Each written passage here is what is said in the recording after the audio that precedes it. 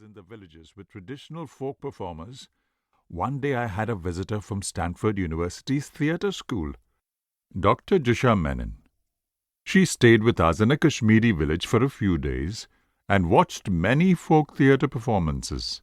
During our free time, we would exchange notes, generally talk about my work during very tough times, particularly about the problems we faced off and on about unexpected difficulties. One morning she said, "MK, you must share these experiences. People should know what it is like working in the conflict zone." I did not respond. While these kinds of suggestions kept on coming from friends and well-wishers, India's socio-political situation kept on taking new strange and dangerous twists and turns, whether it was the murder of my friend Safdar Hashmi while performing a street play or the rise of the Hindu right and its politics. The nation seemed to be taking unusual historical turns, culturally and politically. Losing my home in Kashmir was like a hidden wound which needed to be healed. Many years later, COVID-19 put a full stop to my work and travels. I got stuck at home for the first time in my life. I did not know what to do, only hearing the stories of death and devastation of the ordinary public. I started feeling suffocated. One day, out of frustration, I took out my car and, along with 2 kids of my domestic help Ravi, Abhi and Kabir, drove around Noida and Greater Noida for about an hour and a half and returned home feeling very empty, like those lonely, empty roads which I had travelled. The next morning I started writing whatever I remembered, particularly those incidents and experiences which had impacted me and had also shaped me as a person. This journey down memory lane took me back to places, regions, and the people from many decades ago, with whom I had spent the best and crucial moments of my life. I had shared their angst and their joys, or collaborated in creating some of the best cultural resistance events.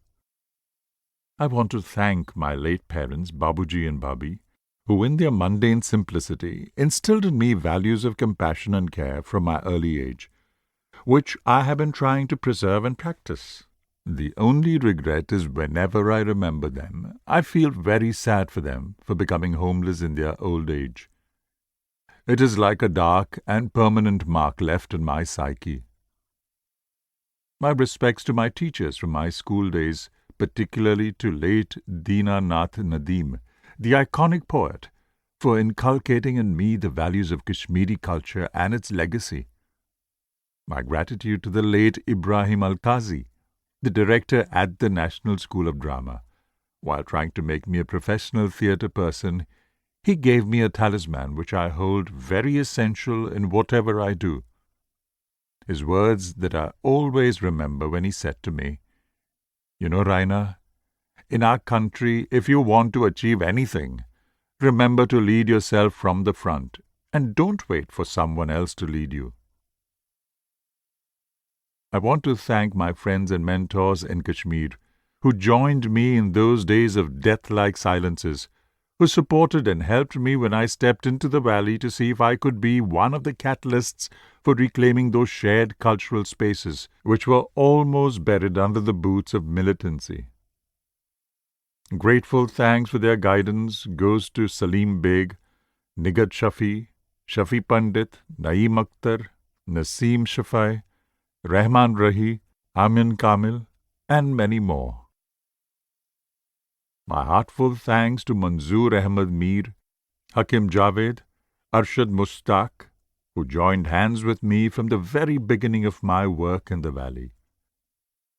Many a time they risked their lives so that I could carry on my work without any tensions, and now they are carrying on their own, the reclaiming of the cultural spaces in the valley.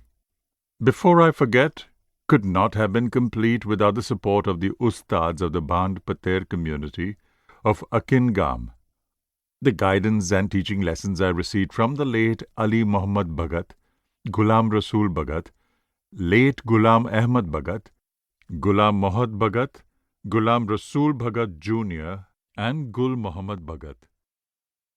Apart from being fantastic